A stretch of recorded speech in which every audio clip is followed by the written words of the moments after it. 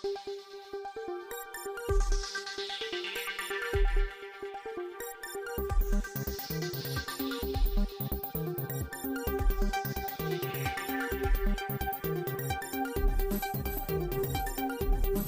में मेरे साथी श्रीमान CR पाटिल, गुजरात सरकार के मंत्रीगण, उद्योग जगत के सभी वरिष्ठ साथी, अन्य महानुभाव और यहाँ उपस्थित सभी मेरे परिवारजन,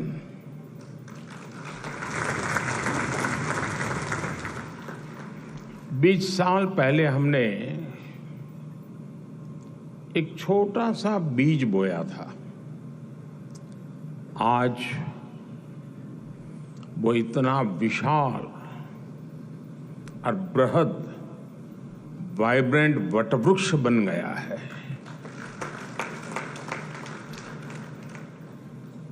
वाइब्रेंट गुजरात समिट के 20 साल पूरे होने पर आज आपके बीच आकर मुझे बेहद खुशी हो रही है। मुझे याद है बरसों पहले मैंने एक बार कहा था, वाइब्रेंट गुजरात ये सिर्फ ब्रांडिंग का आयोजन भर नहीं है, बल्कि इससे बढ़कर बॉन्डिंग का आयोजन है। दुनिया के लिए ये सफल समिट एक ब्रांड हो सकती है, लेकिन मेरे लिए ये एक मजबूत बॉन्ड का प्रतीक है।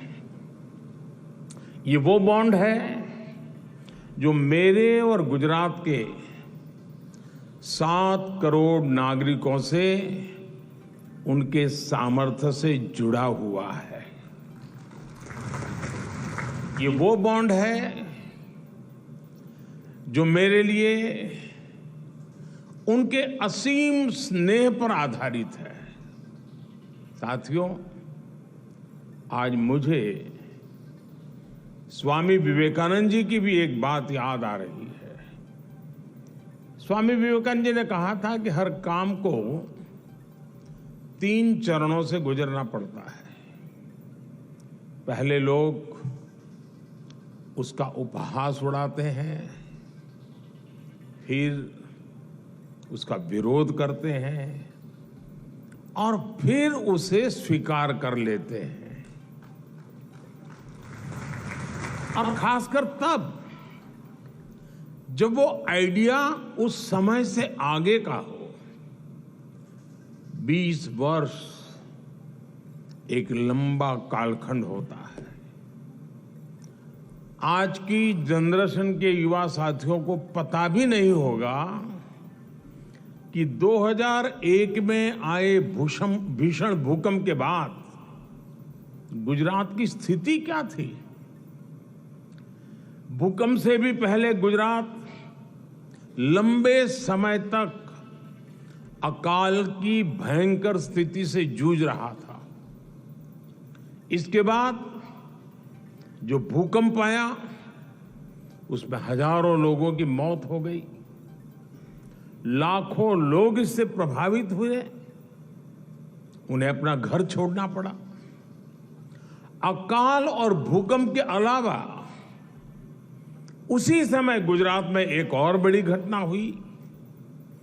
Madhavpura mercantile cooperative bank collapse हो गया। इसकी वजह से 133 और कोऑपरेटिव बैंक में ये तूफान छा गया। पूरे गुजरात के आर्थिक जीवन में हाहाकार मचा हुआ था। एक तरह से गुजरात का फाइनेंशियल सेक्टर संकट में आ गया था। उस समय मैं पहली बार विधायक बना था। मेरे लिए ये भूमिका भी नई थी।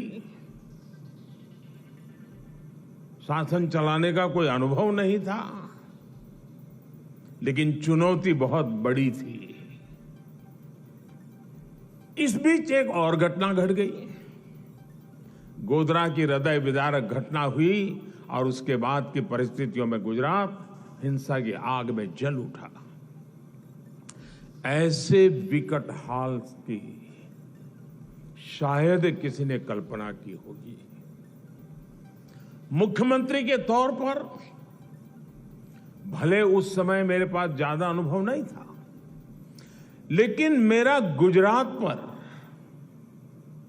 अपने गुजरात के लोगों पर अटूट भरोसा था।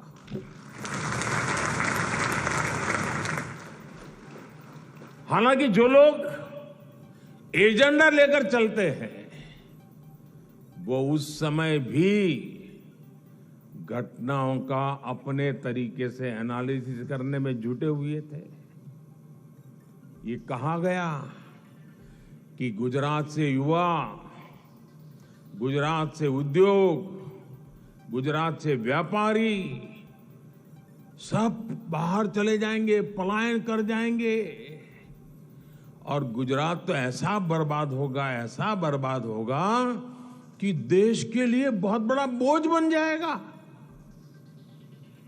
दुनिया में गुजरात को बदनाम करने की साजिश रची गई, एक निराशा का माहौल खड़ा करने की कोशिश की गई।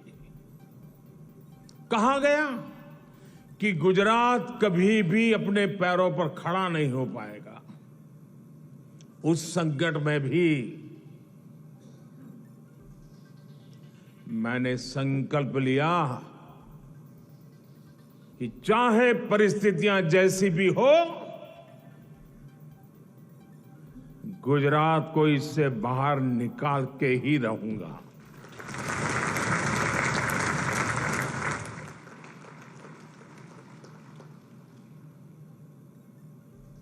हम गुजरात के पुनर्निर्माण ही नहीं बल्कि उसकी आगे की भी सोच रहे थे और इसका एक प्रमुख माध्यम हमने बनाया वाइब्रेंट गुजरात समिट को। एक गुजरात का आत्मविश्वास बढ़ाने और उसके जरिए विश्व से आंख मिलाकर बात करने का ये माध्यम बन गया। ये गुजरात सरकार की निर्णय प्रक्रिया और फोकस अप्रोच को पूरी दुनिया को दिखाने का एक माध्यम बना। ये गुजरात सहित भारत की औद्योगिक क्षमता को विश्व के समक्ष उजागर करने का माध्यम बना।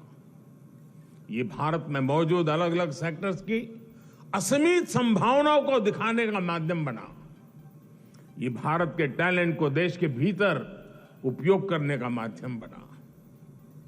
ये भारत की दिव्यता, भव्यता और सांस्कृतिक विरासत को विश्व को दिखाने का एक और माध्यम बन गया। हमने कितनी बारीकी से काम किया उसका उदाहरण वाइब्रेंट गुजरात की टाइमिंग भी है। हमने वाइब्रेंट गुजरात जब किया जब गुजरात में नवरात्रि और गरबे की धूम रहती है।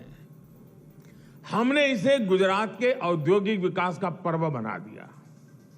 साथियों, आज मैं आप सभी को एक और बात याद दिलाना चाहता हूं। 20 साल हो रहे हैं।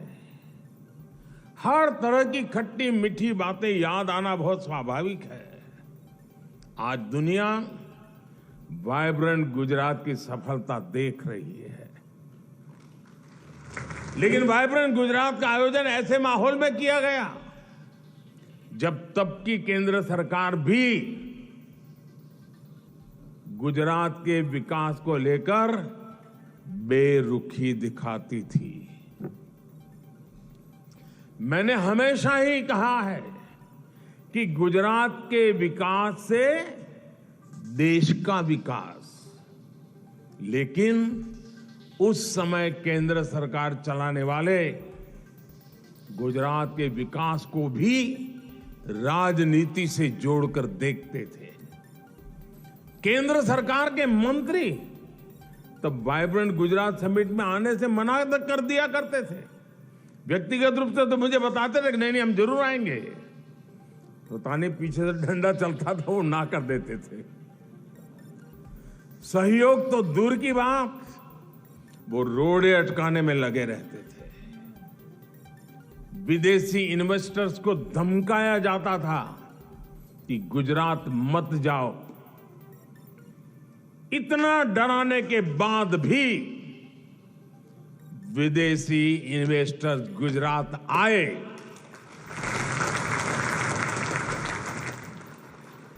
जबकि यहां गुजरात में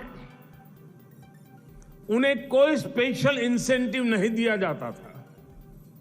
वो यहां आते थे क्योंकि उन्हें यहां good governance, fair governance, policy driven governance, equal system of growth और ट्रांसपेरेंट सरकार का अनुभव रोजमर्रा की जिंदगी में आता था। आप कल्पना कर सकते हैं, जब वाइब्रेंट गुजरात की शुरुआत की गई थी, तब गुजरात में बड़े बड़े होटल भी नहीं थे जहां पर इतने सारे विदेशी मेहमानों को रुकवाया जा सके। जब सारे सरकारी गेस्ट हाउस भी भर जाते थे, तो हमारे सामने सवाल होता था कि अब बाकी लोग कहां ठहरेंगे। ऐसी स्थिति में बिजनेस हाउस को मैंने कहा, भाई जरा आपके कोई गेस्ट हाउस वगैरह है तो वो भी छोड़ दीजिए ताकि उनके काम आ जाए। यूनिवर्सिटी के गेस्ट हाउस तक का हमने उपयोग किया। उनके गेस्ट हाउस में मेहमानों को रुकने का इंतजाम किया गया। कुछ लोगों को बड़ौदा भी ठहराना पड़ा। साथियों, मुझे याद है 2009 में जब वाइब्रेंट गुजरात का आयोजन किया गया, तब पूरी दुनिया में मंदी का माहौल था, मंदी की चपेट में दुनिया थी। और सबने मुझे बताया, हमारे अफसर भी मुझे बता रहे थे कि साहब इस बार वाइब्रेंट गुजरात स्थगित कर दीजिए, ये फ्लॉप हो जाएगा, कोई नहीं आएगा। लेकिन मैंने उस समय भी कहा, जी नहीं, ये रुकेगा नहीं, ये होगा। अगर विफल हुआ तो आलोचना होगी और क्या होगा, लेकिन आदत छूटनी नहीं चाहिए।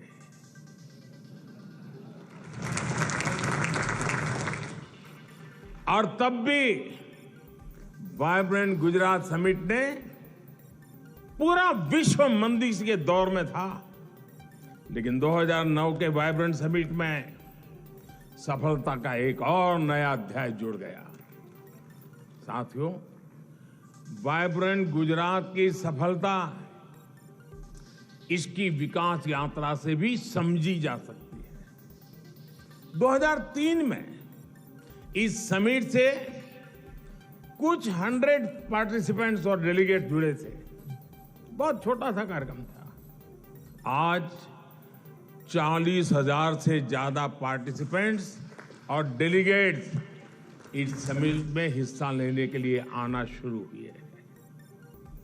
2003 में इस समिट में सिर्फ गिनती भर देशों का पार्टिसिपेशन था। आज 135 देश इसमें पार्टिसिपेट करते हैं। 2003 में इस समिट की शुरुआत में 30 के आसपास एग्जीबिटर्स आए थे। अब 2000 से अधिक एग्जीबिटर्स इस समिट में आते हैं। साथियों, वाइब्रेंट गुजरात की सफलता के पीछे कई स्पेसिफिक रीजंस हैं। इसकी सफलता में आइडिया, इमेजिनेशन और इम्प्लीमेंटेशन जैसे कोर एलिमेंट शामिल है।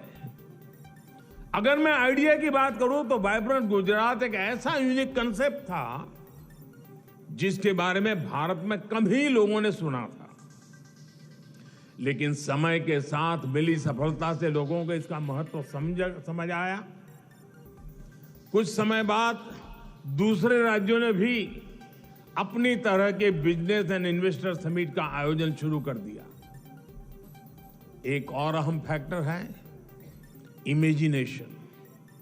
हमने अलग तरह से सोचने का साहस दिखाया। हम उन दिनों प्रदेश के स्तर पर ही कुछ बहुत बड़ा सोच रहे थे, कुछ ऐसा जो देश के स्तर पर भी न हो पाया हो। हमने एक देश को अपना पार्टनर कंट्री बनाने का साहस दिखाया और डेवलप कंट्री को एक छोटा राज्य दुनिया के एक डेवलप कंट्री को पार्टनर कंट्री बना दे, ये सोच भी आज थोड़ा लगता हो, उस समय जरा कल्पना कीजिए क्या हुआ होगा, लेकिन कर लिया। देश के किसी अकेले राज्य के लिए एक बहुत बड़ी बात थी। साथियों, आइडिया और इमेजिनेशन कितने भी अच्छे हो, लेकिन इनके लिए पूरे सिस्टम को मोबिलाइज करना और रिजल्ट डिलीवर करना बहुत महत्वपूर्ण है। एक ऐसा काम है जिसके लिए बड़ी प्लानिंग, कैपेसिटी बिल्डिंग में निवेश, हर डिटेल पर नजर और अथक परिश्रम की जरूरत होती है ताकि इस खेल का आयोजन हो सके। मैंने पहले भी कहा है, सेम ऑफिसर्स, सेम रिसोर्सेज और सेम रेगुलेशंस के साथ हमने कुछ ऐसा किया जिसके बारे में कभी किसी ने सोचा नहीं था। साथियों, वाइब्रेंट गुजरात समिट की एक और पहचान नोट करने वाली है।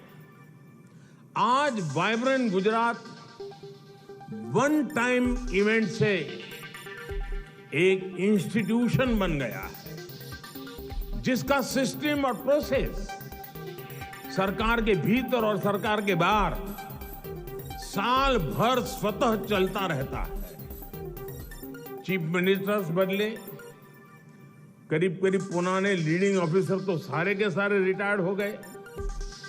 जो 2001 में पहली बार गुजरात आए होंगे ऐसे अफसर आज गुजरात संभाल रहे हैं, सीनियर हो गए हैं। समय बदला, लेकिन एक चीज नहीं बदली। हर बार वाइब्रेंट गुजरात सफलता की नई ऊंचाई तक पहुंचता रहा। ऐसा इसलिए हुआ क्योंकि हमने प्रोसेस को संस्थागत बना दिया। इस सफलता की जो कंसिस्टेंसी है, उसके लिए यही ताकत इसका आधार है। और इसके लिए इंफ्रास्ट्रक्चर पर भी वैसे ही बल दिया। कहां कभी टागोर हॉल में कार्यक्रम होता था, फिर कभी यहां साइंस सिटी में ही तंबू लगा करके कार्यक्रम किया था, और आज महात्मा मंदिर बन गया। साथियों, जिस भावना के साथ हमने वाइब्रेंट गुजरात समिट को आगे बढ़ाया, वैसा आमतौर पर हमारे देश में बहुत कम देखने को मिलता है। हम ये समिट करते थे तो गुजरात में, लेकिन अब इसके जरिए हर राज्य को लाभ पहुंचाना चाहते थे। बहुत कम लोग हैं जो हमारी सोच को आज भी समझ पाए हो। वो अपने एक दायरे में सिकुड़ करके बैठे हुए हैं। एक गुजरात का मुख्यमंत्री उस समय देश के मुख्यमंत्रियों को आग्रह करता था कि समिट हो रही है, आप भी अपना झंडा गाड़िए, आप भी अपना स्टॉल लगाइए, आप भी सेमिनार कीजिए। वाइब्रेंट गुजरात समिट में दूसरे राज्यों को भी शामिल होने के लिए अवसर दिया जाता था। हमने राज्यों को इनवाइट किया था, आप भी आइए, अपनी शक्ति इसमें लगाइए, फायदा उठाइए। हमने स्टेट सेमिनार का आयोजन किया जिसमें कई राज्य आते थे, और वाइब्रेंट समिट के दरमियान कहीं पर उड़ीसा का समिट चल रहा है, कहीं तेलुगु समिट चल रहा है, कहीं पर हरियाणा जम्मू कश्मीर का समिट चल रहा है। इसके अलावा गुजरात में आयुर्वेद का एक पूरे देश का समिट, प्रोग्रेसिव फार्मर्स का एक बहुत बड़ा summit, all India lawyer summit, ऐसे भांति भांति के वर्टिकल्स, इसका भी ताना बाना हम लगातार बनाते जाते थे। हम गुजरात का विकास भी नेशनल विजन के तहत कर रहे थे। साथियों, 20वीं शताब्दी में हमारा गुजरात, हमारी पहचान क्या थी? हम एक ट्रेडर स्टेट के रूप में जाने जाते थे। एक जगह से लेते थे, दूसरी जगह पे देते थे, बीच में जो भी दलाली मिले उससे गुजारा करते थे। ये हमारी छवि थी। लेकिन 20वीं सदी की उस छवि को छोड़ करके 21वीं सदी में गुजरात ट्रेड के साथ एक एग्रीकल्चर पावर हाउस बना, एक फाइनेंशियल हब बना और एक इंडस्ट्रियल और मैन्युफैक्चरिंग इकोसिस्टम के रूप में उसकी एक नई पहचान बन गई। इसके अलावा गुजरात की ट्रेड बेस्ड रेपुटेशन भी काफी मजबूत हुई। इन सभी के पीछे वाइब्रेंट गुजरात जैसे आयोजनों की सफलता है, जो आइडिया, इनोवेशन और इंडस्ट्रीज के इंक्यूबेटर की तरह काम कर रहा है। हमारे पास पिछले 20 वर्षों के हजारों सक्सेस स्टोरीज और केस स्टडीज है। इफेक्टिव पॉलिसी मेकिंग और एफिशिएंट प्रोजेक्ट इंप्लीमेंटेशन से यह संभव हो सकता है। टेक्सटाइल और एपरल इंडस्ट्रीज के इन्वेस्टमेंट और एम्प्लॉयमेंट अभूतपूर्व बढ़ोतरी हुई है, जिसके कारण हमारा एक्सपोर्ट भी रिकॉर्ड बन रहा है। बीते 2 दशकों में हम अलग अलग सेक्टर्स में नए मुकाम तक पहुंचे हैं। ऑटोमोबाइल सेक्टर में 2001 की तुलना में हमारा निवेश करीब 9 गुना बढ़ा है। हमारे मैन्युफैक्चरिंग आउटपुट में 12 गुना बढ़ोतरी हुई है। केमिकल सेक्टर में गुजरात देश और दुनिया की तमाम कंपनियों की पसंद बन गया है। आज भारत की डाइज एंड इंटरमीडिएट मैन्युफैक्चरिंग में गुजरात का योगदान करीब 75% है। एग्रो और फूड प्रोसेसिंग इंडस्ट्री निवेश में गुजरात का हिस्सा देश में सबसे अधिक है। आज गुजरात में 30,000 से अधिक फूड प्रोसेसिंग यूनिट्स काम कर रहे हैं। फार्मा सेक्टर में गुजरात एक innovation driven, knowledge focus pharma industry के रूप में उभर रहा है। मेडिकल डिवाइसेज मैन्युफैक्चरिंग में 50% से ज्यादा और कार्डियक स्टेंट्स मैन्युफैक्चरिंग में करीब 80% हिस्सा गुजरात का ही है। जेम एंड ज्वेलरी इंडस्ट्री में तो गुजरात की सफलता अद्भुत है। पूरी दुनिया के प्रोसेस डायमंड्स का 70% से ज्यादा हिस्सा गुजरात का है। भारत के डायमंड एक्सपोर्ट्स में गुजरात का योगदान 80% है। सिरामिक सेक्टर की बात करें तो गुजरात का मोरबी क्षेत्र अकेले ही देश के सिरामिक मार्केट में 90% शेयर रखता है। यहीं पर सिरामिक टाइल्स, सैनिटरी वेयर और अलग अलग सिरामिक प्रोडक्ट्स की करीब 10,000 मैन्युफैक्चरिंग यूनिट्स हैं। गुजरात भारत में टॉप एक्सपोर्टर भी है। पिछले साल राज्य ने करीब $2 बिलियन का एक्सपोर्ट किया था। आने वाले समय में डिफेंस मैन्युफैक्चरिंग बहुत बड़ा सेक्टर होगा। साथियों, हमने वाइब्रेंट गुजरात की शुरुआत की तो हमारा इंटेंशन था कि राज्य देश की तरक्की का ग्रोथ इंजन बने। समझ आया मैं क्या कर रहा हूं? जब हम यहां काम कर रहे थे तब हमारी कल्पना थी, हमारी सोच थी कि गुजरात देश का ग्रोथ इंजन बने। चलिए, थोड़े लोगों को समझ आया। देश ने इस परिकल्पना को हकीकत बनते देखा है। 2014 में जब हमें देश की सेवा करने का अवसर दिया तो हमारा लक्ष्य भी विस्तार हुआ। और हमारा लक्ष्य था कि भारत दुनिया का ग्रोथ इंजन बने।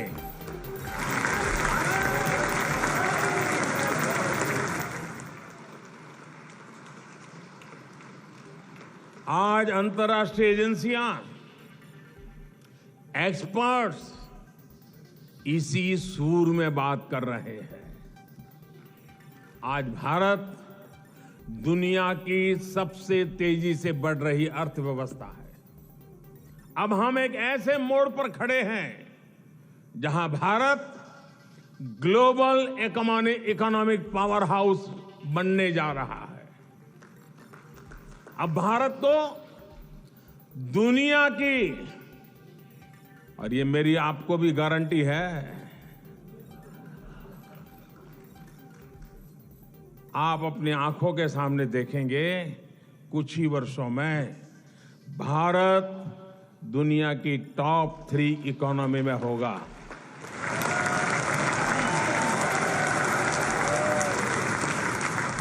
ये मोदी की गारंटी है।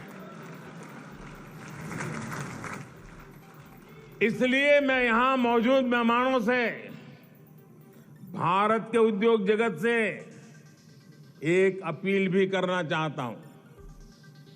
आप सभी ऐसे सेक्टर्स के बारे में सोचें जहां पर भारत अपनी नई संभावना बना सकता हो या अपनी स्थिति को और बेहतर कर सकता हो। हमें यह भी सोचना होगा कि वाइब्रेंट गुजरात कैसे इस मिशन को मोमेंटम दे सकता है। जैसे भारत आज दुनिया में सस्टेनेबिलिटी के लिए उस विषय में आज विश्व का नेतृत्व कर रहा, लीड कर रहा। हमारे स्टार्टअप इकोसिस्टम को कैसे इस समिट से ज्यादा लाभ मिले, हमें ये भी सोचना होगा। आज एग्रीटेक एक उभरता हुआ क्षेत्र है। फूड प्रोसेसिंग सेक्टर को तेजी से विस्तार हो रहा है। श्री अन्न के बढ़ते उपयोग से हमारा जो मिलेट्स है वो आज दुनिया के बड़े बड़े भोजन समारोह में डाइनिंग टेबल पर उसकी जगह बन गई है। श्री अन्न के उपयोग से नए अवसर तैयार हो रहे हैं। प्रोसेसिंग, पैकेजिंग, उसमें बदलाव और ग्लोबल मार्केट तक पहुंचना होने की संभावनाएं बहुत नए मौके लेकर के आई है। आज के डीपली कनेक्टेड वर्ल्ड में फाइनेंशियल कोऑपरेशन के इंस्टीट्यूशंस की जरूरत तेजी से बढ़ रही है। गुजरात के पास पहले से ही गिफ्ट सिटी है, जिसकी प्रासंगिकता हर दिन बढ़ रही है। गिफ्ट सिटी में हमारे whole of the government approach का प्रतिबिंब दिखता है। यहां केंद्र, राज्य और आईएफएससी अथॉरिटी मिलकर काम करते हैं ताकि दुनिया का बेस्ट रेगुलेटरी एनवायरनमेंट तैयार हो। हमें इसे globally competitive financial market place बनाने का प्रयास तेज करना चाहिए। इसके लिए हम अपने लार्ज डोमेस्टिक डिमांड का फायदा उठा सकते हैं। वाइब्रेंट गुजरात के सामने ये लक्ष्य है कि वो कैसे गिफ्ट सिटी को और सशक्त करे ताकि इसकी ग्लोबल प्रेजेंस बढ़े। साथियों, वाइब्रेंट गुजरात की सफलता की चर्चा के बीच मैं ये भी कहूंगा कि रुकने का समय नहीं है। पिछले 20 वर्षों से अगले 20 वर्ष ज्यादा महत्वपूर्ण है। जब वाइब्रेंट गुजरात के 40 साल पूरे होंगे, वो भारत अपने स्वतंत्रता के शताब्दी वर्ष के निकट पहुंचा होगा। यही समय है जब भारत को एक ऐसा रोड मैप बनाना होगा जो उसे 2047 तक एक विकसित और आत्मनिर्भर भारत, आत्मनिर्भर राष्ट्र के रूप में हम उसको दुनिया के सामने प्रस्थापित करें। मुझे विश्वास है आप सभी भी इसी दिशा में जरूर कदम उठाएंगे, जरूर आगे आएंगे। अभी वाइब्रेंट समिट तो जनवरी में होने वाली है। राज्य सरकार और यहां के उद्योग जगत के साथी पूरी ताकत से लगे ही भी होंगे, लेकिन मेरे लिए खुशी की बात है कि आज जब आपने मुझे बुलाया तो मैं भी 20 साल छोटा हो गया और पुरानी उस यादों में खो गया। उस भयंकर दिवसों से गुजरात को कैसे निकाला है और आज कहां पहुंचा है।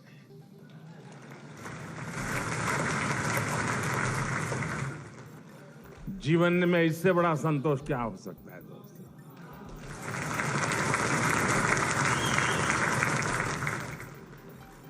मैं फिर एक बार इस 20 साल को याद करने के लिए गुजरात सरकार को बहुत बहुत बधाई देता हूं। मुझे आपके बीच आकर के पुराने दिनों को स्मरण करने का अवसर दिया, मैं बहुत बहुत आभारी हूं। बहुत बहुत धन्यवाद।